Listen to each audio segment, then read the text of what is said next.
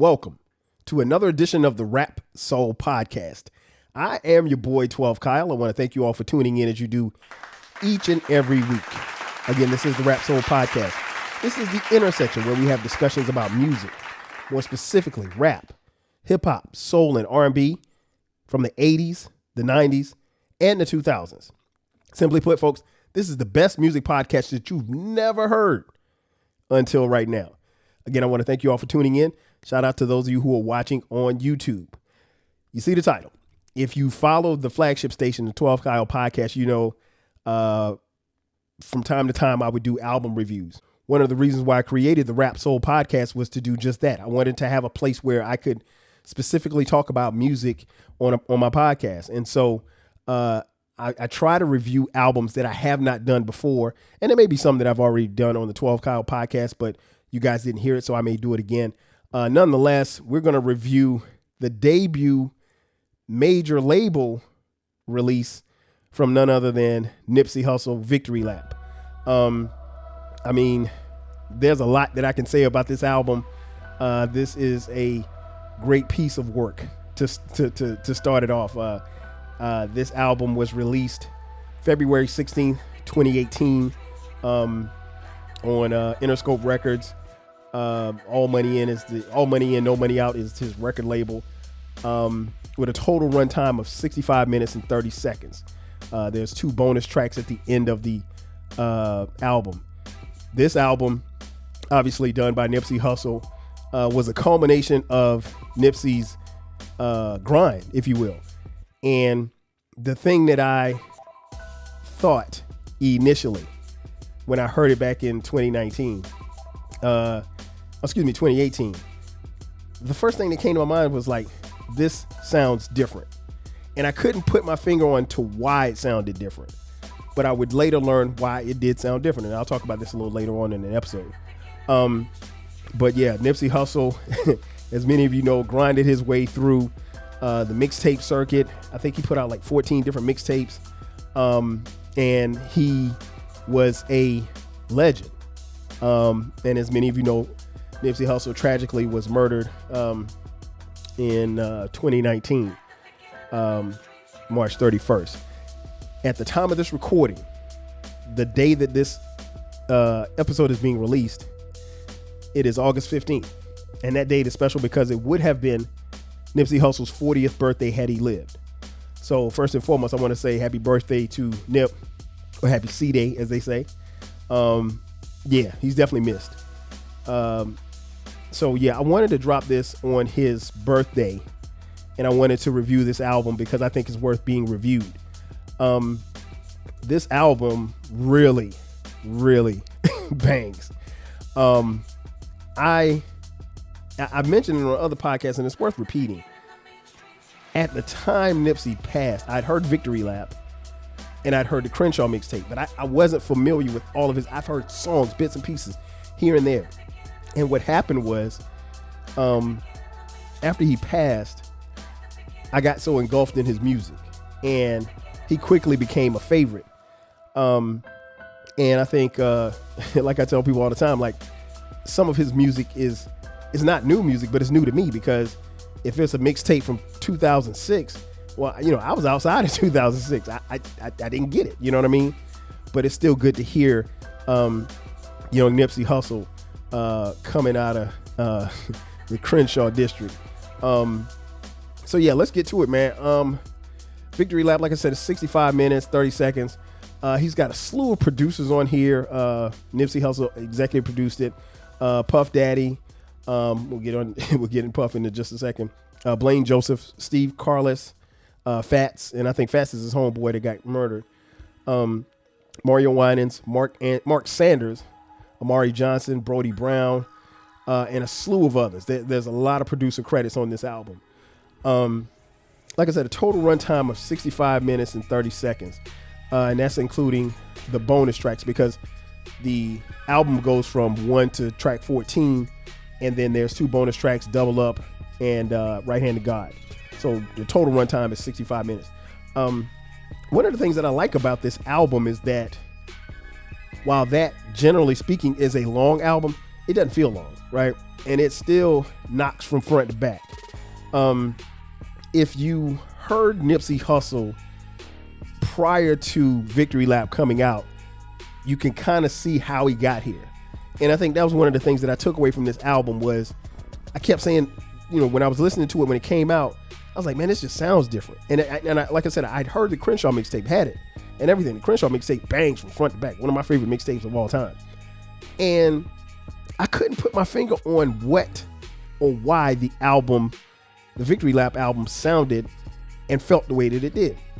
But he had a gang of producers on here, and he got a lot of critical acclaim for this album. And I'll read you a couple of reviews. Rolling Stone said, quote, "The weight or timing doesn't matter, since this is a timeless West Coast rap album," close quote. Billboard magazine said, quote, "Victory Lap ensures his overdue status as hip-hop loyalty," close quote. Double XL says, quote, "Everything fans have grown to love about Nipsey is amplified on this album," close quote. And I agree 1,000%. What you love about Nipsey and the way that he rhymed on this album, the way that the subject matter that he presented on this album, I think it speaks volume as to who he was as a man and what he was trying to get across as far as his message that he was trying to convey. LA Weekly said, "This record proves why Nipsey Hussle is one of the best at what he does, and it sets him apart from other rappers in the game." Totally agree. He really did. I mean, like, Victory Lap really pushed Nipsey Hussle away from everybody else. He was he was really in his own lane, to be honest. I'll read a couple more. Hip Hop DX says, "The benchmark for quality has been set and the race to officially hit the championship." What did it say? He's only getting revved up. And then the last one, Guardian says, "Hussle effortlessly claims his place as the prince of G-Funk New School." I don't necessarily know if it's G-Funk, but and NPR said, "Victory Lap is more than an anticipated major label release. It's a testament to the independent grind he employed to cultivate a dedicated fan base," close quote. And I agree. I mean, like, Nipsey Hussle had a huge fan base. And I think a lot of people were surprised. And it wasn't until, his untimely passing that a lot of people really realized how much that dude meant to not only hip hop, but West Coast hip hop and LA more specifically. Again, Nipsey Hussle, make no bones about it.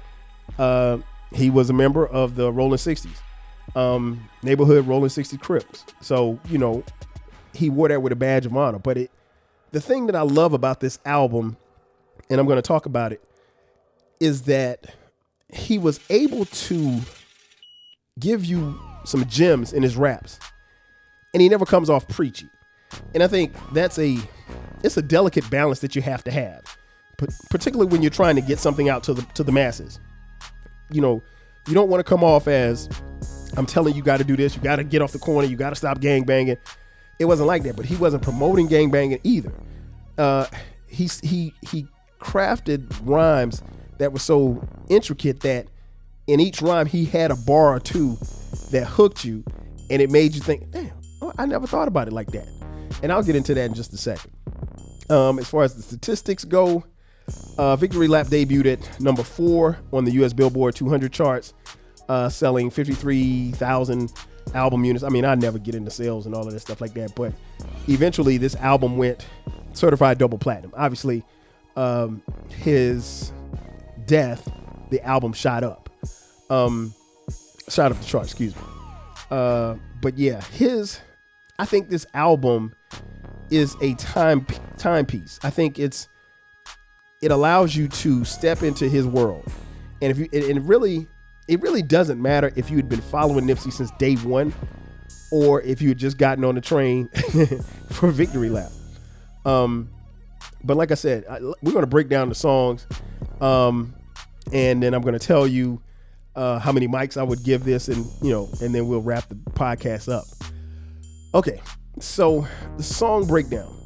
As I mentioned, in most songs, Nipsey's going to give you a bar that he's going to convey to you without coming off as preachy or like I told you so or anything like that. It's game. It is really and truly game. So the first track is Victory Lap, the title track to the album, with Stacey Barth on the hook. I love this song. This is, it's one of my favorite songs. I can't say it's my favorite song, but it's one of my favorite songs on the album, right? And the bar that he delivered, actually it was 2 bars. He says, "Circle got smaller, everybody can't go." Simplistic, but very efficient. Your circle's gonna get smaller. Everybody can't go where you going because everybody doesn't want to get where you're going. And everybody's not gonna do what it is that you want to do. And then he said, "I'm finna take it there. This time around, I'm gonna make it clear. Spoke some things into the universe and they appeared. I say it's worth it. I won't say it's fair. Find your purpose or you wasting air. Fuck it though, y'all niggas scared." Bruh. Find your purpose or you're wasting air. Come on, man.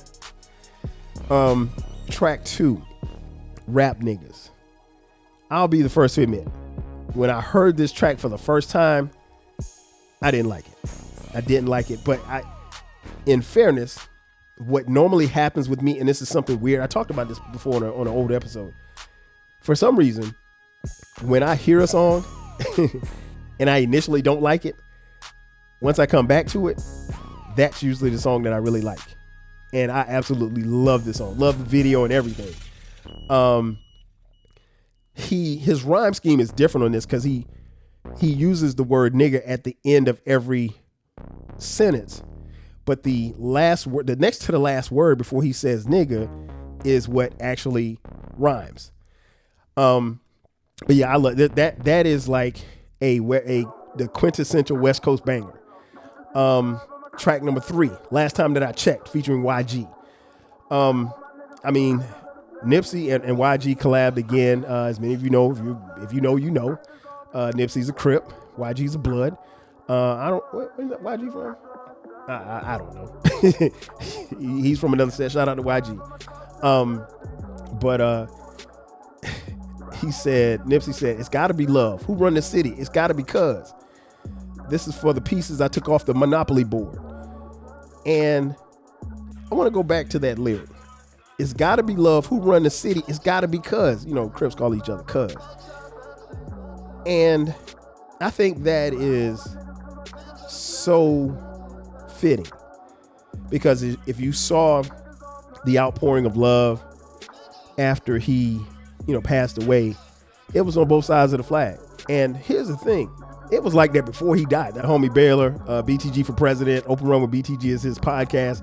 He told me, and I can't remember if he said it on the podcast or we were talking on the phone, but he said Nipsey could essentially go into any hood in LA and be good and not anybody bothering. And that's saying a lot, coming from the 60s.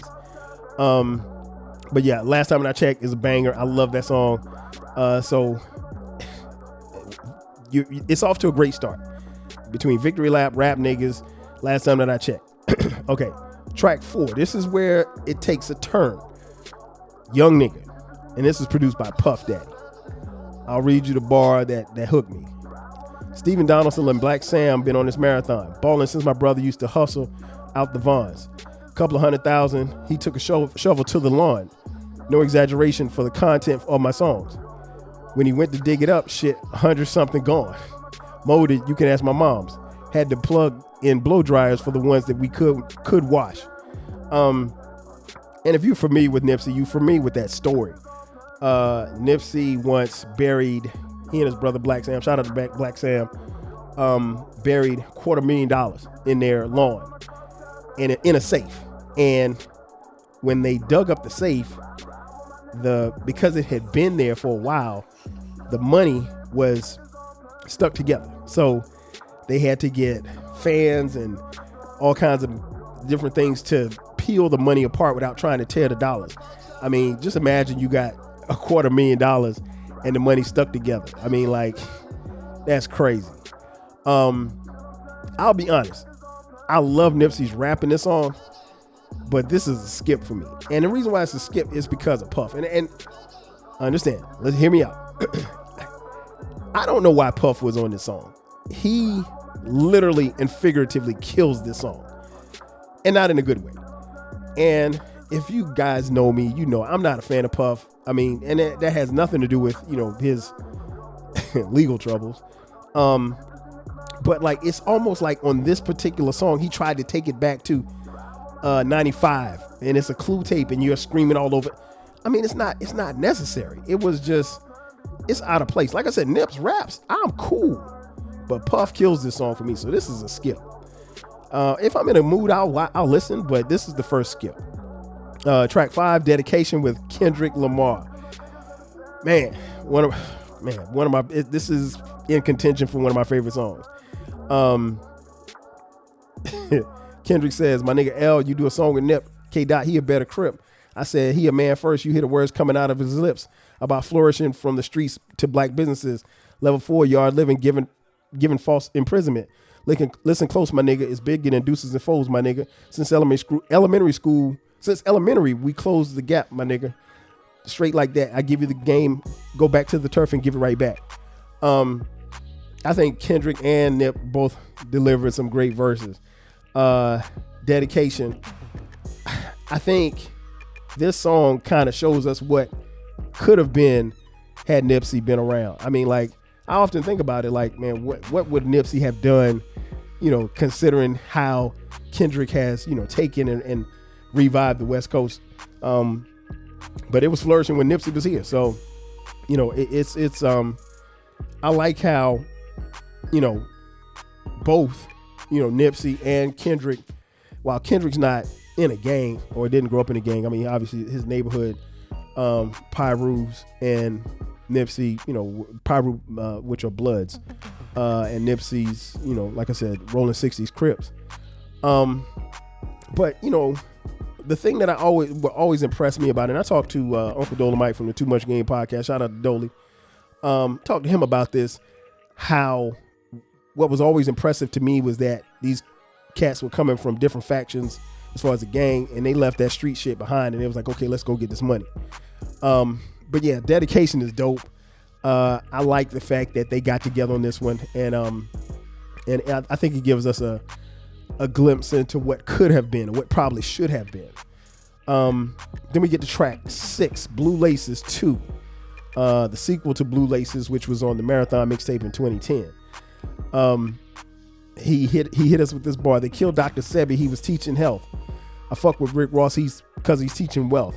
Dropped out of school. I'ma teach myself. Made my first meal on my own. I don't need your help. I ain't mad at it. I love this song. I love the first Blue Laces, but this one kind of grew on me. So again, so far, this album is rolling. He hasn't missed. I mean, except for the song with Puff. Then track 7. So we're halfway through the album. Hustle and Motivate. Probably one of the most popular songs on this album. He says, cut from the cloth that you couldn't stretch. Cut from that circle you couldn't test. Hustle and Motivate will always go hard for everybody who listens to Nipsey Hussle. I mean, that's exactly what he did. He hustled and he motivated. And he was a visionary. Nipsey Hussle was a visionary. He was someone who talked it and he lived it too. And I had nothing but the utmost respect for him for that. Track 8, Status Symbol 3, which is the 3rd edition featuring Buddy. I love the hook. I love the hook. I love the video. He said, block for me, black man. They're trying to stretch us. And I think that's interesting because, like, you know, a lot of times, particularly when you're in a struggle, you don't really think about trying to get help from others. And I think in this verse, he's trying to tell you, like, hey, if we can come together, we're going to be fine. You know, we're going to be good if we come together. Track 9, Sucker Proof, featuring Jay Black and Conscience. I like this one too. I love this beat. This actually sounds like a song that was probably could have made a mixtape, but I like the fact that he put this in here because a lot of times when you're, particularly if you're on the mixtape circuit, you know, you're putting everything together. I think in this one, Nipsey didn't he wasn't afraid to take chances. And I think you're taking a chance by this song. Like I said, it sounds like a mixtape song, but I love this song. He said, look, I don't give a fuck how you niggas feel. I could tell the fake. I could tell the real. Got a purple heart out in the battlefield. Now watch me levitate to 100 mil. Hey man, listen, if Nipsey was here, I don't have any doubt in my mind that he would have levitated to 100 mil. Track 10, Keys to the City, featuring T. Flea. I think that's how you pronounce his name. This one's okay. It's not a skip for me, but I'm more of a fan of, because this is Keys to the City 2. Keys to the City came out before on another mixtape. I think it was it a Marathon? Yeah, so I mean, like, that's my joint. So yeah, like I said, it's not a skip, but I just don't think it's as good as I don't think it's as good as the others. But that was the Marathon mixtape where Keys to the City was on the original. Then we get to track 11, Grinding All My Life. Man, listen, if there's an anthem from Nipsey Hussle on the Victory Lap album, this is the anthem. Grinding all my life. All my life. I mean, like, it is so simplistic, but it is so key. He said, Tiny Cobby, that's my loc. Young Supreme, what's up? Ain't we traveling around the world getting cream or what? Ain't you go off on whoever hustle seemed to rush? Las Vegas, strip pop, yeah, you cream them punks. After all that looking tough, all they seen was stumps. 50 Cent and Mayweather flee the scene with us. True story. And if you read the Nipsey Hussle book, which I've read, and I'm probably going to do an episode on that as well. There was a situation where they went to a club in Vegas, and Nipsey said, you know, they had the VIP section. 50 Cent, Floyd Money with Mayweather was in there with them, and some dudes walked up on it, and I mean, Nipsey didn't know who the guys were, but he said the guys are kind of ice grilling him, and he was like, "Where you from?" I mean, and listen, where you from, depending on where you are, could get you hurt. And that ain't some question that you just ask some out of towners. And so I think the guy didn't step off like he probably should have, and he caught a beat down. And so what's interesting about that particular bar is that Nip does a good job of not incriminating himself in any of his raps. But a little, fisticuffs in the club, I mean, I guess you could talk about that. So, but I love that. I love that song. Grinding All My Life is the jam. It still goes hard. Track 11, Million While You Young, featuring The Dream. The bar that he hits us with: can't be chasing pussy, switch your ways up. Can't be fucking your Lucci, gotta save up. See, you're gonna probably fail trying to play us. Streets ain't for everybody, get your grades up. It ain't about money, you just looking for a stage, huh? And all that stunting, put a bullet in your brain, huh? Stupid ass nigga, you can't fade us. Niggas like, who even raised cuz? Man, I love this song, man. This one was one of those ones that, because it's on the back half of the album, when I initially started listening to this album a couple of years ago, I didn't really pay attention to it that much. And then one day I just put it on shuffle and moved around. And once I locked in, I was like, oh my gosh, this is dope. So yeah, I love it. Track 13, Loaded Basses, featuring CeeLo. And in this song, I think he may have delivered one of the bars of the album. See, it's a couple of niggas every generation that wasn't supposed to make it out, but decoded the matrix. And when they get to speak, it's like a coded language. Reminds niggas of their strength and the stolen greatness and all the stolen greatness. Listen, man, I tell people all the time, and I've told my homies Baylor and Uncle Dolomite, like, tell your story, because that's where they came from. And to make it out and be an inspiration to others, it says a lot. And, I think that's one of the things that I try to relay to them. And they've done a great job of doing that on their podcast and reaching back. But yeah, that bar right there, it hits home. I mean, because not a lot of people make it from where he's from. And, it's still, it's still sad, that in spite of all of this other stuff, that he got taken from us, but love that song. CeeLo Green from Goody Mob sings his face off. And the last track, Real Big, featuring Marsha Ambrosius from Floetry. Trying to walk to school, get your jaw socked. Trying to pump your gas, get your car shot. Large profit margin on the long shots, because young niggas rarely make it off of our block. Yeah, man. I mean, if you've been following the podcast, you heard Baylor in here talking about how he had to make different ways to go to school, which is mind-boggling to me. Then we get to the bonus tracks, Double Up, featuring Belly and Dom Kennedy, and then Right Hand to God. I love both of those songs. Double Up, I think, was already out before the album came out. Maybe you can correct me if I'm wrong, but I know I heard it before the album came out. Right Hand to God is a great send-off. He said, only focus is cheese. Now the forest is trees. Got infected with greed. Distort what you see. Excuse me. So yeah, I love this. I love this album. So now I know what you're wondering. How many mics does this album get?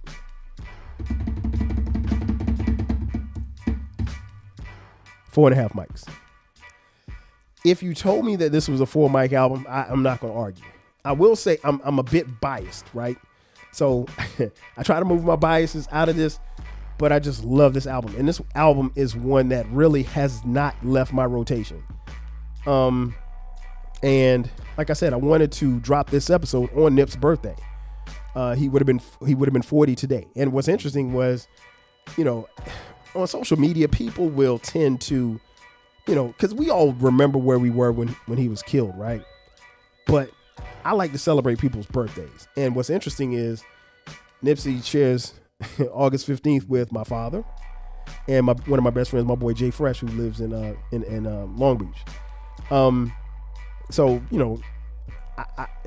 I think people have a tendency to, shout Nip out when March 31st comes around. You can, but I'd rather focus on the positive. And, his birth meant something because he meant something to a bunch of people. In conclusion, man, I think this album is cold, man. It captivates you and it carries you throughout this album. And like I said, I'm gonna give it 4.5 mics. If you said it's a 4 mic album, I mean, like I said, I'm not gonna argue. If you said it's a 5 mic album, now you're pushing it. Because that song with Puff is just and here's the thing, Nip's raps is not bad. Nipsey's bars aren't bad at all. They're good. But Puffy screaming on the track like it's 1995 is just out of pocket, man. I don't even know how he got on there. I know that he and Nipsey had some business that they did together, what have you. I don't know how, and I wish Nipsey was here. And I'm sure if I look it up, I probably can find an interview as to how that song came about. But no, Puff fucks up that song. he fucks it up for me. But Right Hand to God. Like I said, my favorite songs, probably Victory Lap, Rap Niggas, Dedication, Hustle and Motivate, Grinding All My Life,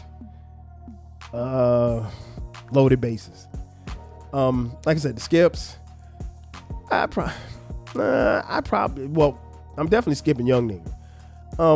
If you said Keys to the City was a skip, that's cool too. But again, 2 skippable tracks, I think you could still get a 4.5 mic. If you said it was 4 mics, that's cool. But like I said, it's not a 5 mic album, and that's not any shade to him. I mentioned earlier, I was trying to figure out how and why this album sounded the way that it did. And I came to the conclusion that it sounds the way that it did because you heard the growth. So if you go back, which I have, if you go back to Nipsey's mixtapes, you hear a certain sound. His subject matter is a little bit different. I mean, when he made this album, he's obviously older. So he ain't talking about, banging and all kind of stuff like that or hustling. But he's talking about hustling, but it's in a different context. But yeah, I mean, I think he crushes it on this album. I love it. I think Real Big is a great send-off to this album. I'm not mad at the bonus tracks. Right Hand to God sounds, like I said, like it belongs on a mixtape. But yeah, I don't think if you're between 4 and 4.5 mics, I think we're on the right track. If you say it's less than 4 mics, then I don't know what to tell you. This is a cold ass album, and it still bangs to this day.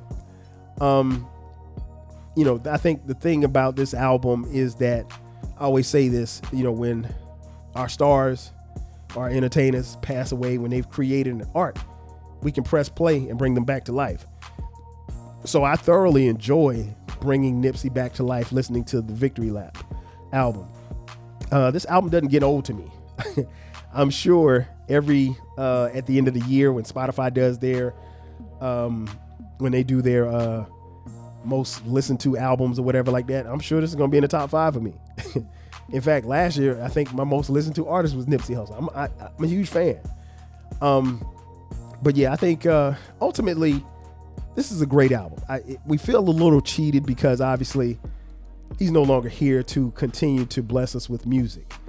But I think ultimately he did what he needed to do. And I don't know, when you look at the album cover, he's laid back, hands up, and he was on this theme as far as like a marathon. Marathon continues, and he's always talking about the marathon continues. The marathon continues. And I saw this quote on Instagram the other day. It says, quote, Nipsey's phrase, the marathon continues, is more than a slogan. It's a mindset. Life will test you with delays, losses, and setbacks, and make quitting feel a whole lot easier than pushing forward. Endurance means staying committed when the excitement fades, when the crowd thins out, and when the results are slow to show what you've done. He's saying this isn't a sprint. It's a long grind where persistence matters more than speed. If you keep moving, keep learning, keep believing, no matter how heavy the weight, you'll cross the finish line. Close quote. And I think that's fitting. I think that's very fitting because that's exactly what this marathon has been. And as a fan, I've supported Marathon Clothing. When I went to LA, got me a Marathon burger. And when I come back out to LA, that's the first place I'm going to get me another Marathon burger. I love what his brother Black Sam has done. Taking the torch and running with it. I love what his team has done with the Marathon store. I think Hustle's proud. I think he's definitely proud of what they've done and what they've accomplished and what they'll continue to do. And I'll leave you with this last quote. And this is from Nipsey Hussle. Quote, the highest act is to inspire. Thank you for the inspiration. Ladies and gentlemen, that's going to do it for me. Thank you for checking out this edition of the Rap Soul Podcast. Be sure to subscribe to the podcast. We drop new episodes every Friday and every Monday. If you're on YouTube, check us out there. Subscribe, like, and share it with a friend who loves music as much as you do. And don't forget about the flagship station, the 12 Kyle Podcast. That's where we drop new episodes every Thursday and every Sunday. If you're on social media, hit us up, 12 Kyle, Rap Soul Podcast across the board. And if you're on YouTube, check us out there as well and subscribe there as well. Also, we have merch. We have merch. 12 Kyle Podcast merch, that is. Go to the 12 Kyle Podcast, click the merch link, and you can buy 12 Kyle Podcast t-shirts, hoodies, as well as coffee mugs. We got it for the low. Once again, I want to thank you all for tuning in as you do each and every week. This has been another edition of the Rap Soul Podcast. I am your boy, 12 Kyle. I'll catch you guys next time. 5,000. You put out so much material, but it seems like you have a lot of these great stories that you haven't really told. Definitely. Is that things you've been saving, or also you just feel like it wasn't time for you to tell these stories until now? Yeah, it wasn't. I don't think it was time. When you talk about things the day after they happen, you might still be angry, or you might still be different energy. Yeah, and so you might be a little bit less objective. Whereas if a year go by, 2 years go by, you could look back on it with hindsight.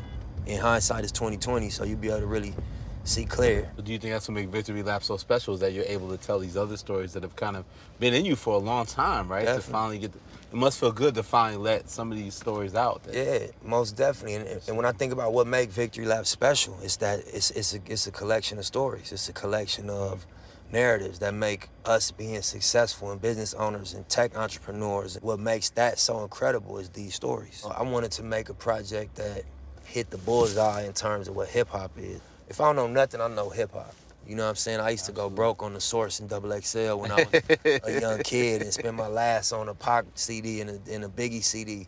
Literally, and my brother would argue with me like, bro, you ain't gonna have no lunch money. You know what I mean? We don't get no allowance, bro. And I was really inspired to that degree that it didn't matter. I'll figure lunch out. I needed that new Source and I needed that new Biggie tape or that Pac tape. Yeah. And so if I know anything, I know hip hop, and I wanted to create a project that just reflected and represented my opinion of what dope hip hop is. And so I think that a young person from, South Central LA that turned into what I turned into and what my team turned into, telling his story is very inspiring and is the selling point, you know what I mean? Yeah. It's Victory Lap is me telling my story and being able to say, I'm a business owner, I'm an entrepreneur. I made my first $1 million legally on the books, you know what I mean? As somebody that dropped out of the 10th grade, stopped going to school at 14, you know what I mean? Been through all the institutions, the jail shit, my brother going back and forth to prison, being in street wars, just going through gang culture. You know what I mean? That's incredible that we right here in the back of the Maybach at the Waldorf Astoria with a major label debut, and I'm really proud of the story.